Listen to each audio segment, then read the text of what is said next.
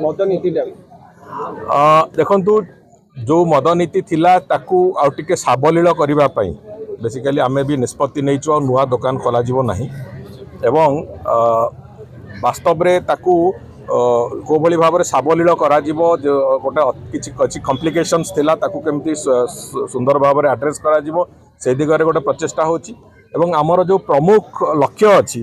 जे चोरा मद विक्रय बंद करने चोरा मद विक्रय बंद करने आम सबुठ बड़ चैलेंज अच्छे और से आधार रे अनेक गुड़िए परिवर्तन भी करा जाउची एवं आहरी आमूलचूल परिवर्तन आसंता वर्ष जो यहाँ तो गोटे इंटरिम पीरियड आसूची 8 मास मात्र 7 मास तेणुक आउ आसंता वर्ष जितेबाला एक्साइज पॉलिसी हम से गोटे आमूलचूल परिवर्तन करा आम आशा करुचु आसंता पॉलिसी परठू ओडिशा रे संपूर्ण रूपे चोरा मद विक्रय को बंद करने आम एक रास्ता भी काढ़ू निश्चित भाव नुआ मद दुकान खोल।